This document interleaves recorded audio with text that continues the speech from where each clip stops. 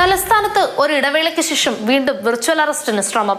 74-കാരൻ തട്ടിപ്പുകാരിൽ നിന്ന് രക്ഷപ്പെട്ടത് തലനാരിഴയ്ക്കാണ്. കള്ളപ്പണം വെളുപ്പിക്കൽ, ദേശവിരുദ്ധ ഇടപാട് എന്നിവയിൽ പങ്കുണ്ടെന്ന് പറഞ്ഞ് ഭീഷണിപ്പെടുത്തി വിരമിച്ച സർക്കാർ ഉദ്യോഗസ്ഥരിൽ നിന്നും 20 ലക്ഷം രൂപ തട്ടിയെടുക്കാനായിരുന്നു ഇവരുടെ ശ്രമം. പണം പിൻവലിക്കാനായി ബാങ്കിലെത്തിയപ്പോൾ ബാങ്ക് അസിസ്റ്റന്റ് മാനേജർക്ക് തോന്നിയ സംശയമാണ് ഈ വലിയ തട്ടിപ്പ് പുറത്തേക്ക് കൊണ്ടുവന്നത്.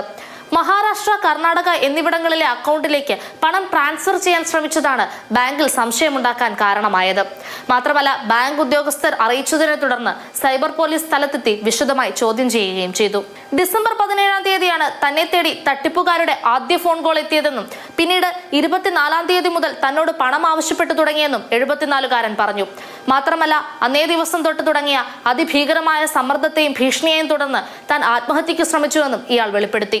ഇത്രയധികം കേസുകൾ നമുക്ക് മുന്നിൽ ഉണ്ടായിരുന്നിട്ടും വീണ്ടും സൈബർ തട്ടിപ്പിന് ഇരയാകുക എന്നത് ഏറെ ആശങ്കാജനകമായിട്ടുള്ള ഒരു കാര്യമാണ്.